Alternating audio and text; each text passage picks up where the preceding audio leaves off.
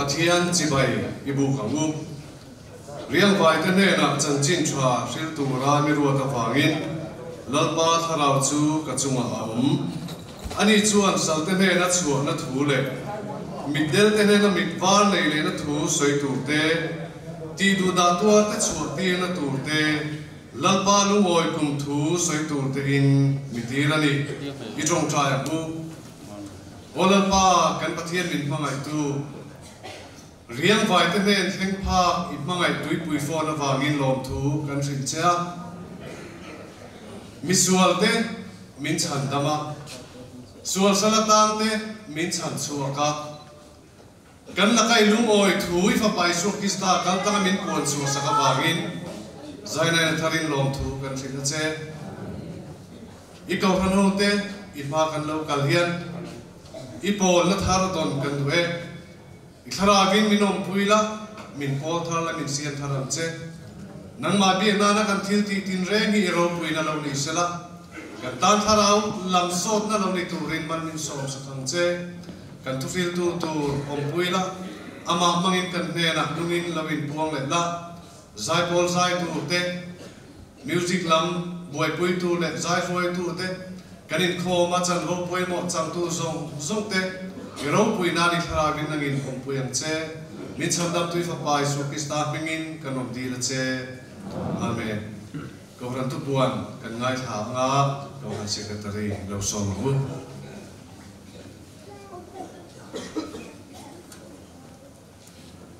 Pathian tharangin ko han ho min chen chu tlata ama fakazai akham om lova wangin in khom kal ma lama te hian chan han la savila zai khom tamila chuan Christmas lo taka an man theinan chung tin te in bo sai thar chewang u zanin kan thupui hi aramin kin ni nei lovang ti ani a soitu pastor ani a zai Paul OFC zai Paul ngai thadon ani in khom ban le khom soitu upa bi zading lo ya naktu December me som di paru soma dar som pakhata kanin khomanga tugin khan kan sakidar dar soma dar ron vua a kan han tam ge khra a kan sakidar te hi thil hian ti suwa kha mai zo ha tugin zinga sual poi lo lam ania man mo pha te kanom kha mal som na lo ni le ze la tha viu maya naktu ka ko dar som pakhata in khom kan chananga in khom swai tu pa dal ning thanga chan tu kiram phang sa vi thu sir tu po thianga zai Paul masi sangati zai Paul ngai tha anga in khom ban leng khom swai tu upa bila nun thanga ani don ani chanu in khom kan nei lo phanga naktu ka zan in khom swai tu upa na than zama tiani a mà chú rem chan sok na wangin upa a ram tin tharan suayanga thupui Pathian choi moi le fap sung akir soitu upa PC la rin chunga zai Paul gospel female voice in khom ban len khom soitu upa la rin thanga ri chin hi an pol le photila zanin in khom bana hian ko ran zai Paul ten la zir tur ani a thanem mai taka kal turin anim nge nani zanina hian khwal tha khwal du om kan neya tahan lam missionary puka thuama ronin khoma kan ram thar veng ko ronin khom hi ron chim ve rim cha kani ti a khoma yin thun huna ding turi kan sawma ge vale alo ome ram thar veng ko ron ten kan lam pai su Krista mingin chibai kan lo bu cheli zanin leng khom ko kan leng khom tha ko kan mi pui ten an lut sak deu ze di la kan soi ta ang kha ko kan in khom ma hi chuan trem nei deu kan mi awangin du to ka han zai hi la har te wa leng khom na la mai ro chuan kan zai tui le kan meng rei ani maya trem om ve la wa chu wang chuan ko kan mi pui te leng khom na la ma tan han la sak savila ni za na zan khat na po an wang khóc mai kan la tam vak lo na in zanin chu ni zan lam ai tam tu khan len khom war se sawina thawm ne kilpek mangin pathian si bai kan buk do na nga kan thorom kan tu te lo so na pu a number za so pariat na mangai tui puya phone akuang phone lia me liam in pial le bualing van mi ten zayan rem zan tlai pathian kara muang pen zan muan sin ti hi pathian bian nan ilo sa hawa hu zan tlai pathian kara muang ten van chi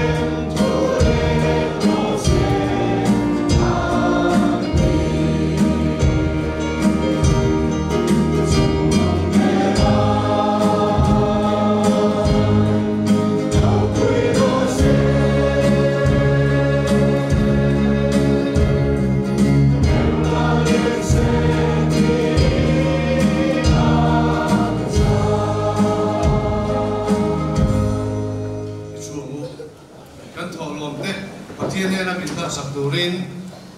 KJP leader Puvan Chunga Sailo ilo songbu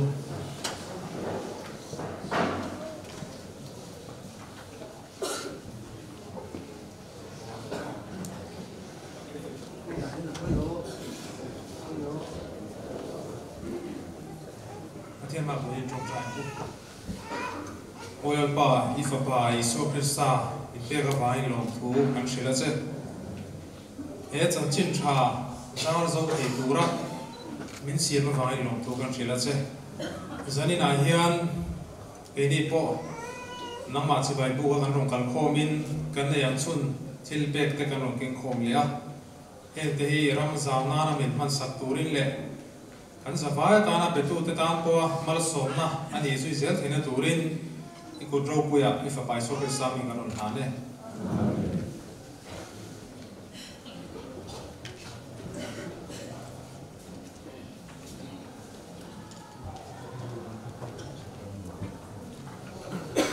UFC Sai Paul Patian from Rasa Turin Losong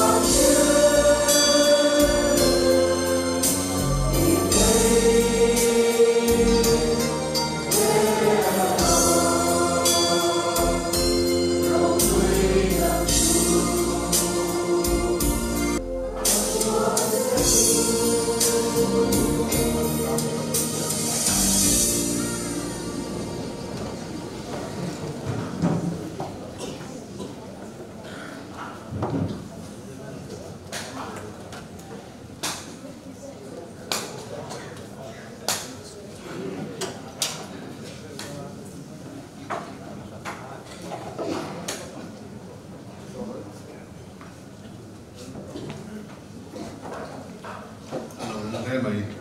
kan go sanin le rol rol hetiang kan nei hi alo ma tham kha thin khopani le to na chuan kan tu pui kan lo ngai thadong to nga kan tu tu kan pastor ming se chiang lo te bo kan am thea pastoral big chu ma pa chuau ania kan lo som to nga kan mun to thlengin akuta omzui to sela a thange lo som mu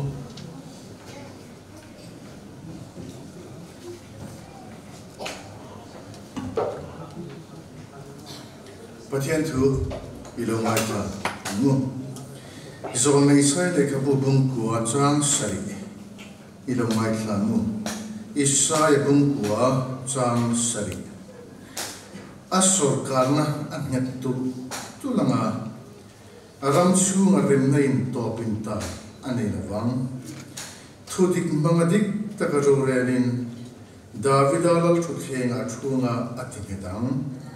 Tuuna tanga kungkho in lalpa thanem ngai na chuan chung chu atingeyam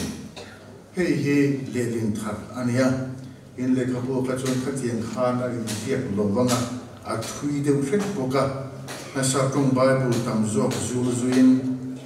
lelin thar hi tinia tina dik zok tu ra te po ngai ta na chome chanchin thalu ba jek bung khat cha somthum matanga somthum ne pari chanchin thalu ga je bung khachang somthum matanga somthum ne pari vantir ko chuan mari lausu pathian du sakna idonge ngai te na ipayanga fapa ifina aminga isua sangche ani chumero pui takhalanianga chungnung pera fapa antiang lalpa pathian in thla tu davida lal thuthenga athut tiranga jacob thla te chunga chatu in alanga aramin kinni ani lawang aramin kinni ani lawang zanina kan thupui ani mari chon vantir ko nena pasal kala nei silawa entine liang atia lalpan kan zata masung kose amen itok try lalpa kan pathian ithil siam bihing te hi min mangai e maya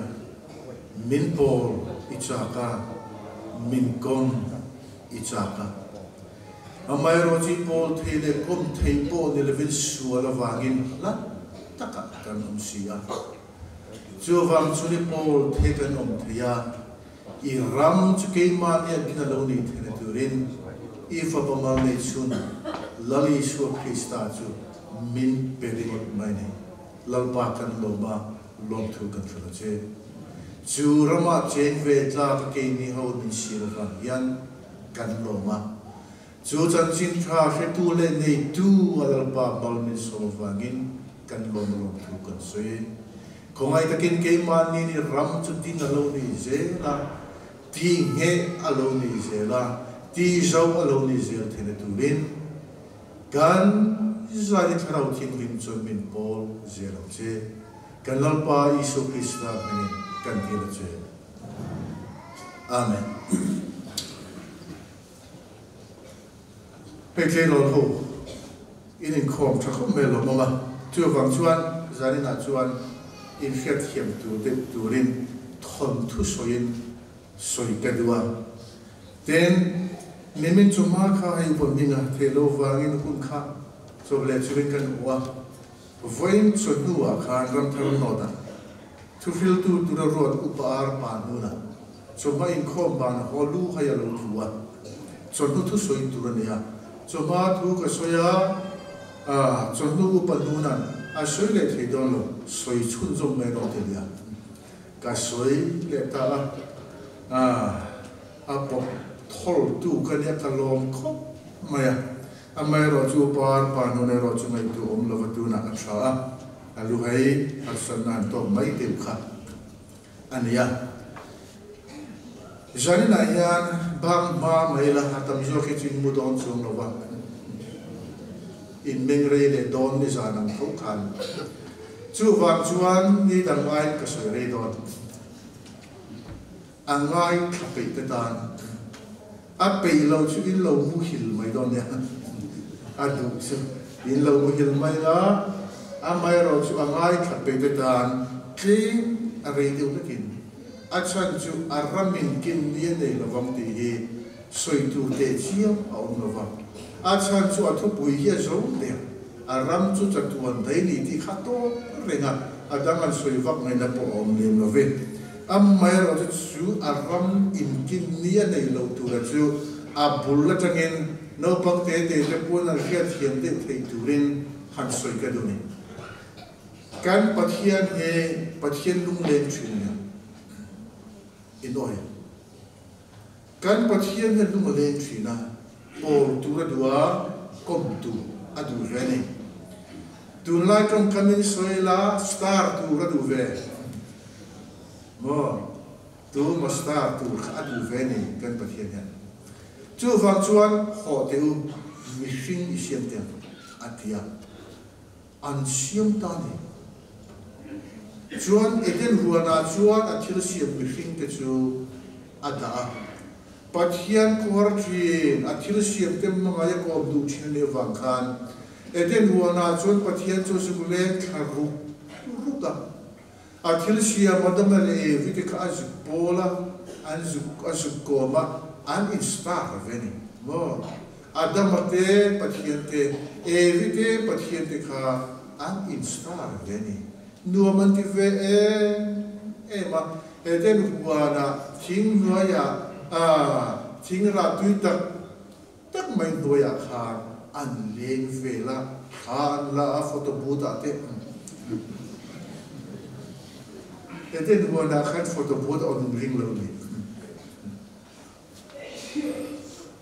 nuaman ti ve ema am mai ro chu mi hring chuan chu tia lim ta kan lai chuan a ai ro pui zo a ai sam zo a cha ta tlata chuan mani sian tuan mani ron kom thin tu ron star em tu kha am thit ni ve kha an cha ta tlata chu ta chun pathian in te re su ti kha ei phallo a se kha da na siama ei phallo ti kha an ei ta tlata pathian chun dan a siama a chon chu adan a siama chu evile da maten an zum chun chuan atan an rinom ti kha a chiam ni nam ni po kan lu puite kan pasaute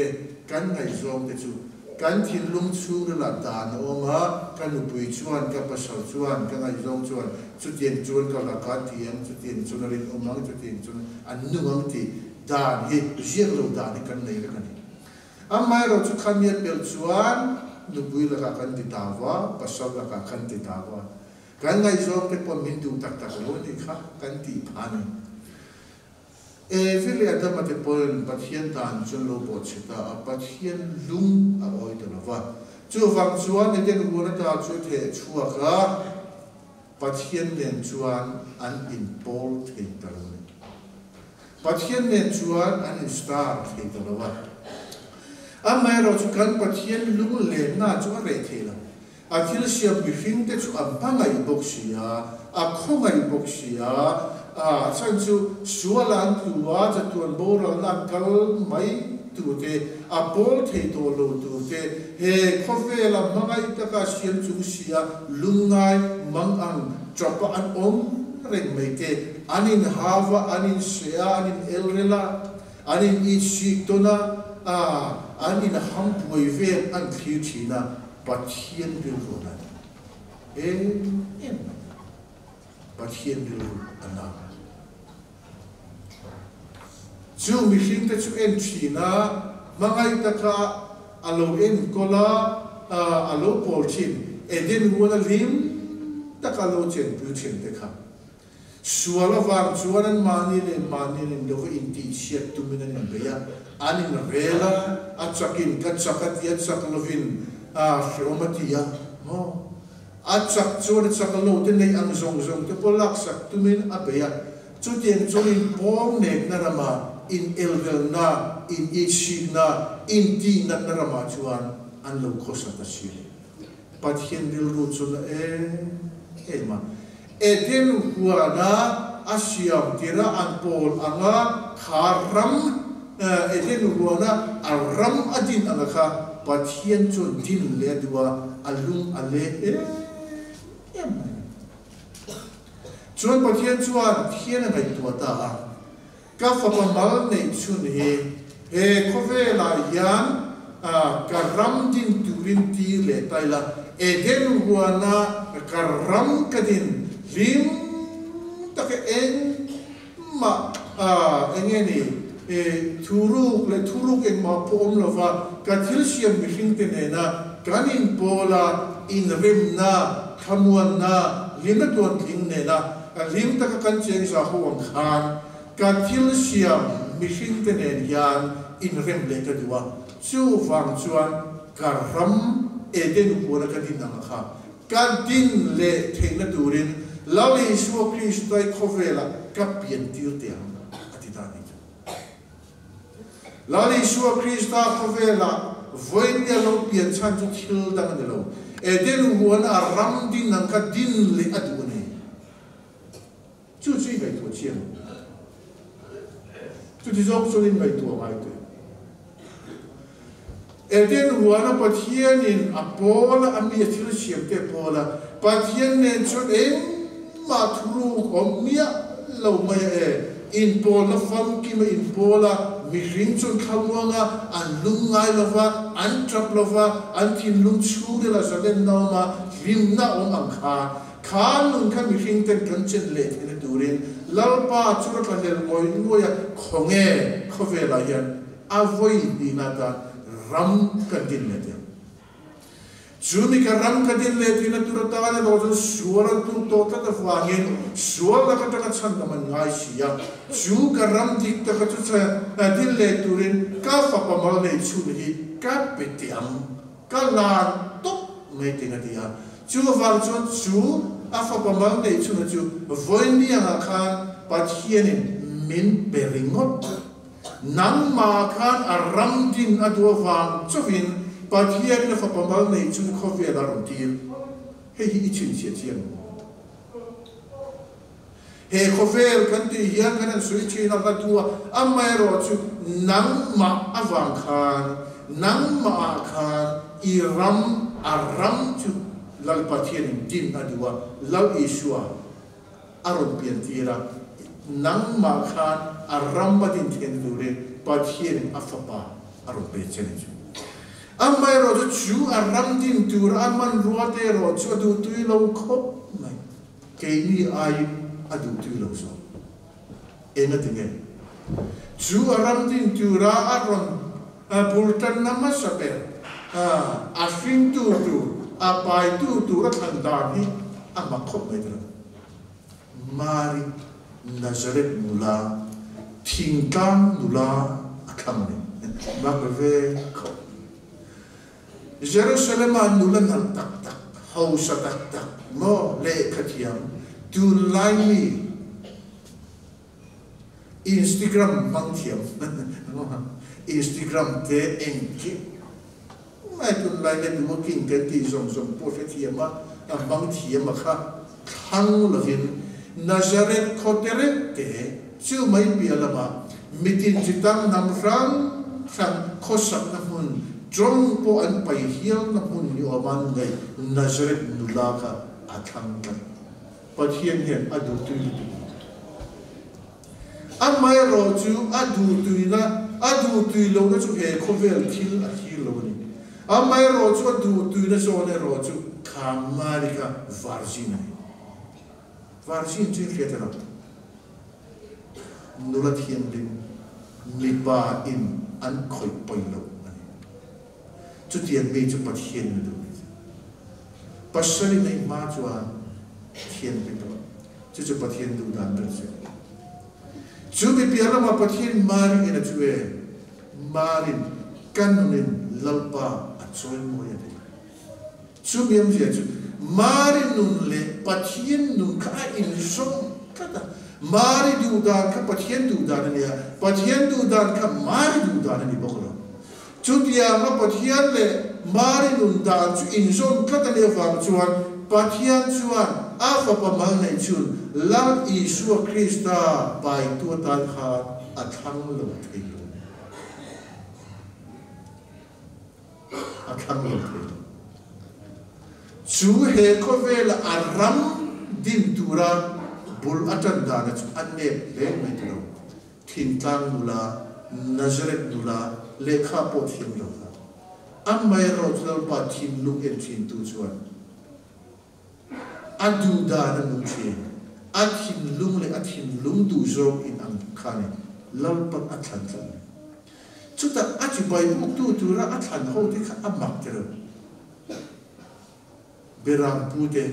sa kho mai sak mi lo sa kho mi lo te beram pu de ka sa kho mi lo atak ta kha chuan enga ti nge sa khuwa na ti ve thei turin tin munan ding lo an pathona zil lo wa nile zon khoin beram te ram noya fe na na ya chu wang chu orthodox Jews te chuanin mit hiang lim lo te lo kha mi te sa kho mi lo sa kho ngai sak lo te tan po ram din du ni ti en din turin beram pu te pathianin akong tak maktiu si nam hun puin ni varu in konve ram po kha sa khoi kai sak fak lo ni pon itan khan la le su hi apianga nang ma khan aram chatun ram chu dina du dina tin beram pu te kha mir the ber te Christmas ne kor thar nei lo no Christmas ne thil thar nei ve mia lo ka ni mai the ke po thil thar ka nei lo a li rin za ni ka ru ni boza thing se ken han chu ta po last ka su a ru to le ga ni du le ron en ula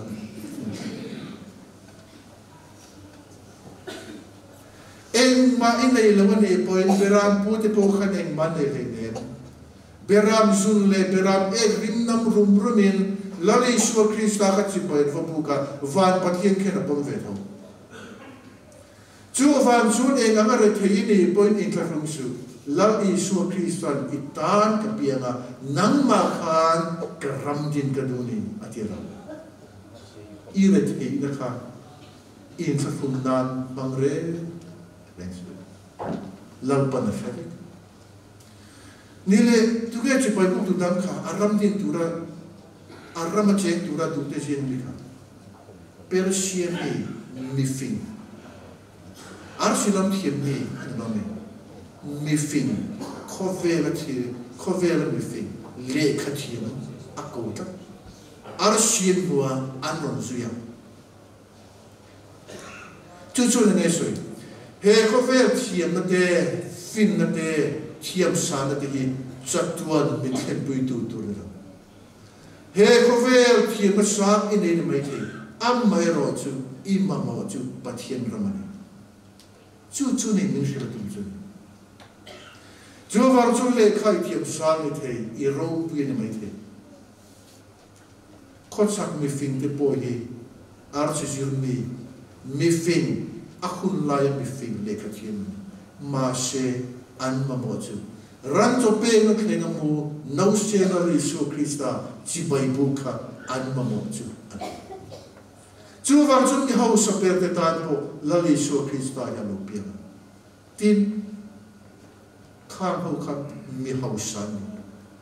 an ho sa ji chu no se kha ram ka chak te pia mo bero te pia beram pu di khachon ma pe turan nei lo an pi ve the chun chun an mit nei chun no ti en kha de mo mai mi ro che do na pe tu che kan nei lo ka pum pui ka ro kal pui chun mai tin de mo amai ro chu he ko chak ki fin te chun mi ho sa ni ran ka chak ne che pai du mo mi ho sa tan po mi fin tan po chu no se na Isu Krista chu apia chu wang chun khofela mi zong som tham som tan la Isu Krista chu do pi na chu ha chuan aram tin a du ni ti min shil fi atum chu chuan ran cho pe no thena anu marin alu ompuya sibai an fabuka nu ho lam ho yen kan selo te mari chum chang e bu thu kan e pa lo ming lok tu a chan chu mari chan chin toy te ka so to in pualin nu ho pualin mari hian lali su Krista akhin atam khan kha an ka thu tu mari lali su akhin atam khan Calvary cross thing khan atha thamlo he selo ko achan chu pathian ram he kho vela din thena turata na mari role play kha role play lali Isu Krista rong bol na muna khana tilfe kan ku chik kana kuwa in nei na pa tilfe se mo lali Isu Krista afapa ka ana isak em a khoi lo kal na engie ti angai sata afapa lali Isu Krista khan ko vel chandam na ka azo tuan ting thena turata anu mar kan theito chune Tun kan zoram kovel hian ani na taka chuan no kan ngai thero amma mo chu Napoleonan friends ramina mo chu nu tha atin khan zoram hian amma mo chu nu fa te rilru le ti tak se rilru zong sunga fea chandam ani dole dolo rilru zong sunga feitu nu tu na hian amma Su ni rin til dam Mariam yene in fact in tu te fei ula tu ayen kan khota na no manga kan ram in no manga kan ko lan poi no achiam tu hey tu na po terol te te sa la sa nu le pa in khom te tro nu le pa chu in fact kan ba na khoi an ho em khongen kal ti po ngai sak le len khom na lam le or na mai ro chu he ngin ke ro ti yen thil sulam ti don ti na lam de mai ro chu in ke ro he in fa ti an nu nei in chung ka ne ya chan da man ni tu le tu lo theng pua jir ti na pa poi mon ne fa ngin jani na po bia ki na tang yan in an ho em ti te khoi ngin kal ti zong zong hi ngai sakula an boral palsu Ram thar no da pejun pasor sir omlo tak ka soi chu itu le faten pathian an huna tura ni don thot chuan ko ran me che thil tia itel lo ngam phong te po kha a thazo mai the ke chu tian khop chun kan tu le kan fati kan ve a hun to tu na yen pathian ram lali so Krista rondina chuan nu in poimo Lali suan he khovela rammatin tura kha anu marina anato kharo putuk chu wang chuan itu ifai chandam ni done he khovel piala ma yan ichom donen tiri ivil ru pera mero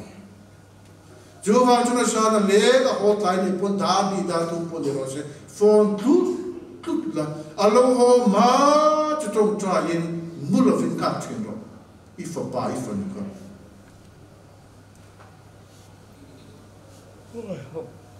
chu tian ko pa kan ve chu mai to ni pero a chan chu pathian in he ram a ram din na tu me he a suala nai te so ka Israel fa chu ai ku dara ma ta pathian fo chu ka tu pu shir ka na fin mà tuy bùi sinh cầm ăn lama miriam ít hôn nên khăn ăn phim em này John cũng sống lý dân mấy khả lệ ra bắt hiện ở ruồi chắc chắn thôn nói là và ram tiền cần ăn ram lù về phá lo John hậu thả John ram tiền mà thiên đón chắc chắn thôn nói miêu lo vangin khả lệ ra tôi cũng đi về tung bắt hiện mà em nói chú Joshua havin Jordan lui ăn cana Pathian in hei khoi zu le tu te lo na ramani he katta kapia chu in ram aniam atia amai ro chu kanan ram kha million pui ten an luak khan fe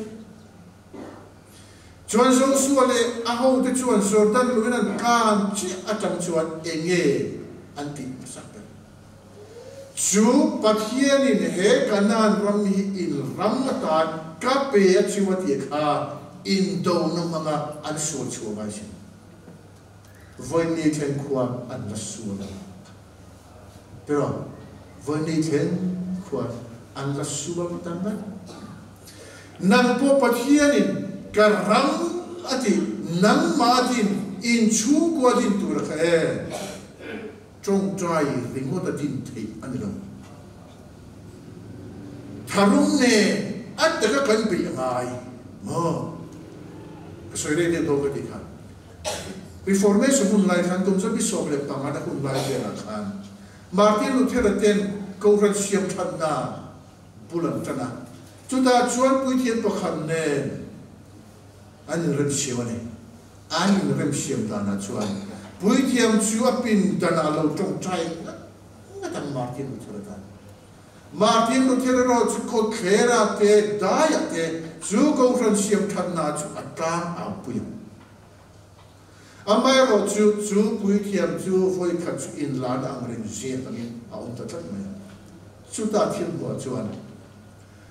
lo sao em mai himua chu lo chu a bu ka amin em tua mai an khi thina lo chu zau sia amero chu kil sira khan ni pakhathian thanen nga em lo chu alo an mor mai an en chian chuan Martin Luther chu ta chu pui thiam chu a har chok ta a trong trai na pin na chan chuan Martin Luther pui tur chuan a chok ve ta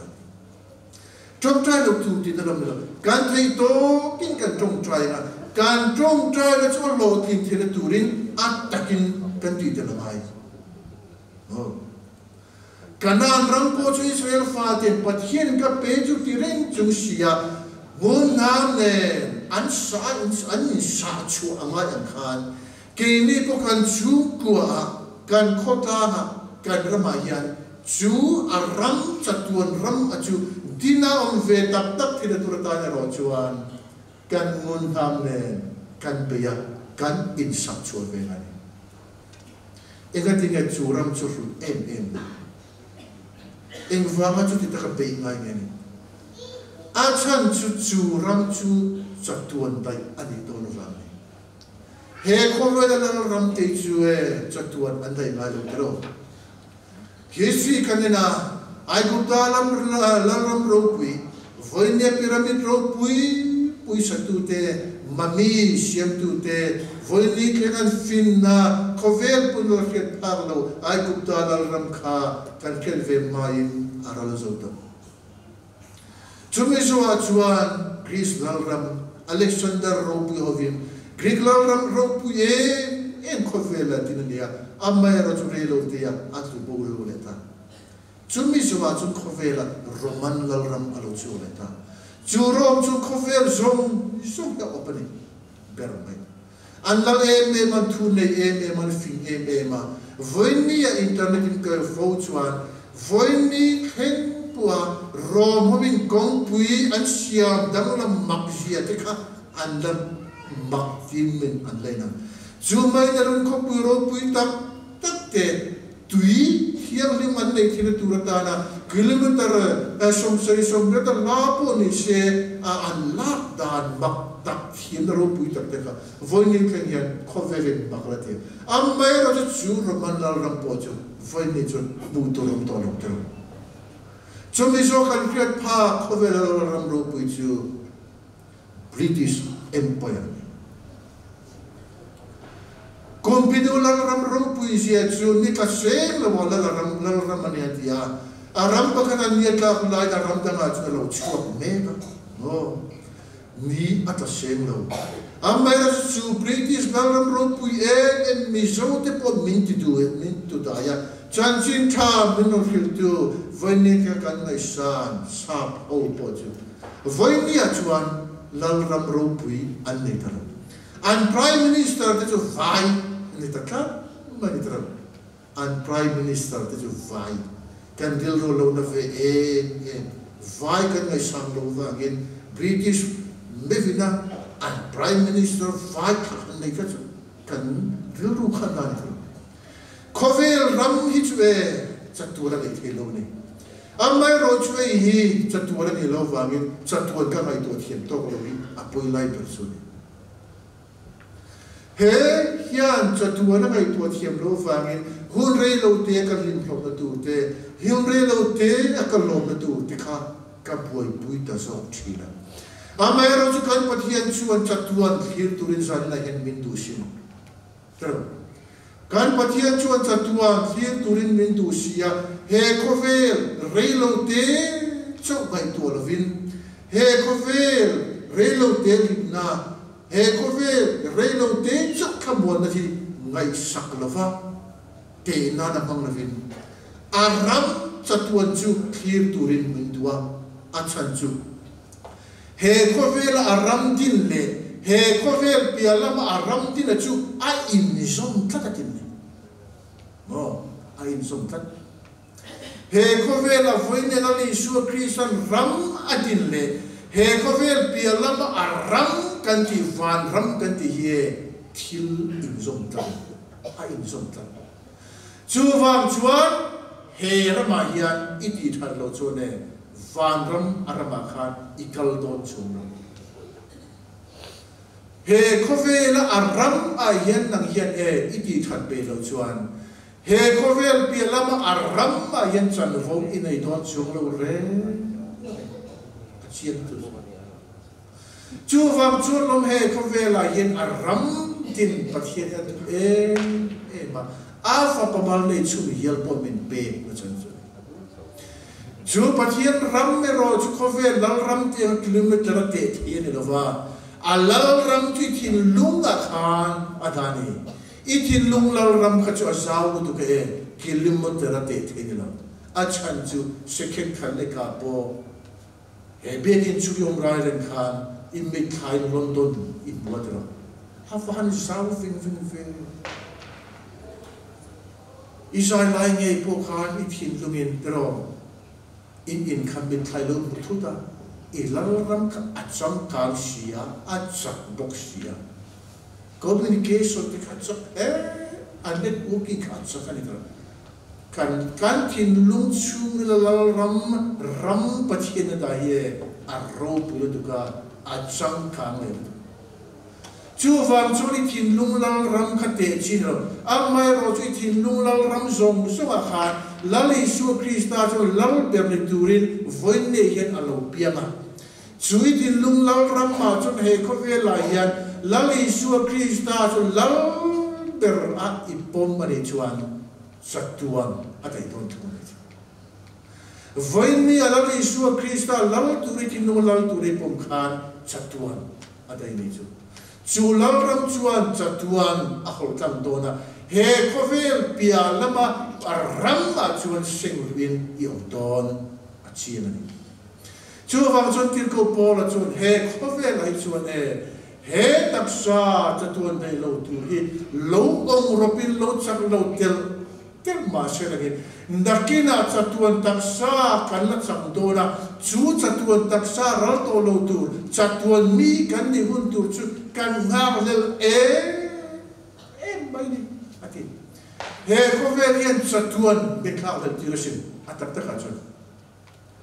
to te khal suya lo dar ke ala la ka ru dar ke tam bit tha de mo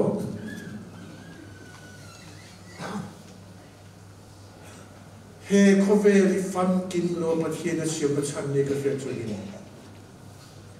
fam kin lo wai siam ta kin kanoma pathian ram chung chang kan suya remna rene chung chang te kan suya chu remna ina ka thin lunga muanna remna min pe ka tu zong so amai ro chu khovel fam kin lo wanga chu pathian ram chu he khovela a fam ki ba ka chen te lo wanga karil runa chuan chatuan ram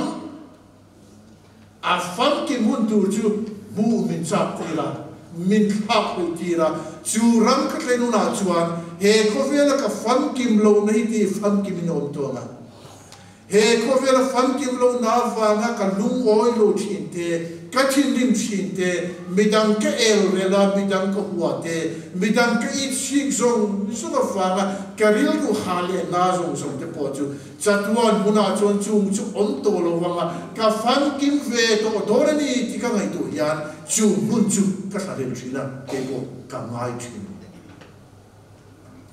he khovel fan kim lo ya chu khovel fan kim chu min khir tira he khovel fan kim lo ya chu khovel fan kim kan kal thei un tu chu min ngai tira chu chuan he khovel a thathi ang per nung tu rin min pui thu ani chu chu I chiam abu amai ro chu he khovel a thim e mai he chu cha tu na ma chu ni chom don lo le ro hau sak na in le lo ro pu na sum le pai na I pai sum le pai thu nei na le ro pu na choi mo na min than na ti vele chu e cha tu na ma chu wa pa kha mai sing don lali swan ai ta chu e it lung la ra ma khan lali swan la na chang ti chok hin izari na ate na chu I sum le pai te lo I ro pu le I thu nei lo pa te lo in a le na lo te lo vai mel thalo yo sang le ne the la pa thien at khumia lo e thin lung la ra ma khan a fa pa la li su krista pe che allanem thu ne yem ti chau khan en chen chu wang chun he ko fe la yin allal ram chu ro dina amai ro chu he ko fe le na fam kim na chu kan na bulo ve amai ro chu fam kim lo na chu fam kim na chu min thi tira fam kim hun tu chu min kha le tira chu wang chun he ko fe la yan chu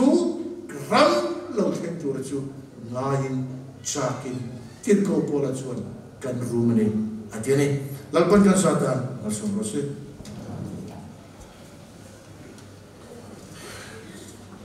zani kan tholong kha sing khat sanga zariat som thum le pasareni sing khat sanga zariat som thum le pasareni pathian kan chon mo ho na Christian le bon number zale som le paruna hosana te jerino hallelujah amen lal Christa lo piani Bethlehem chuan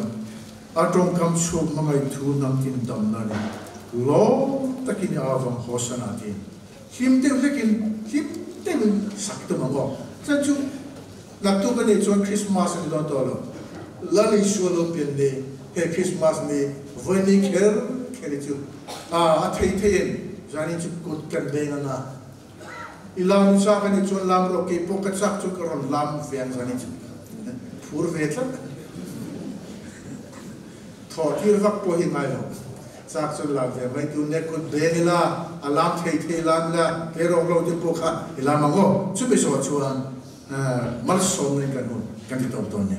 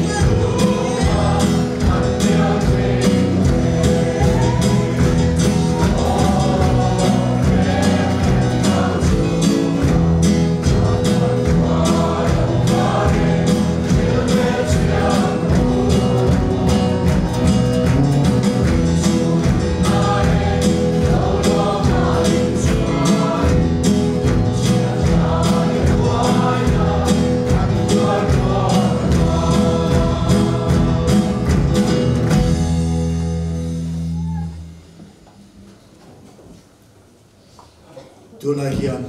kan lalpa Isu Krista khomenate kan pa vana mi mangale tele tharau thiang lim polna kai khoi na le ompuina thamona du om tak chu inza atne na hian tu na changa chu tu nin lom zel rose amen.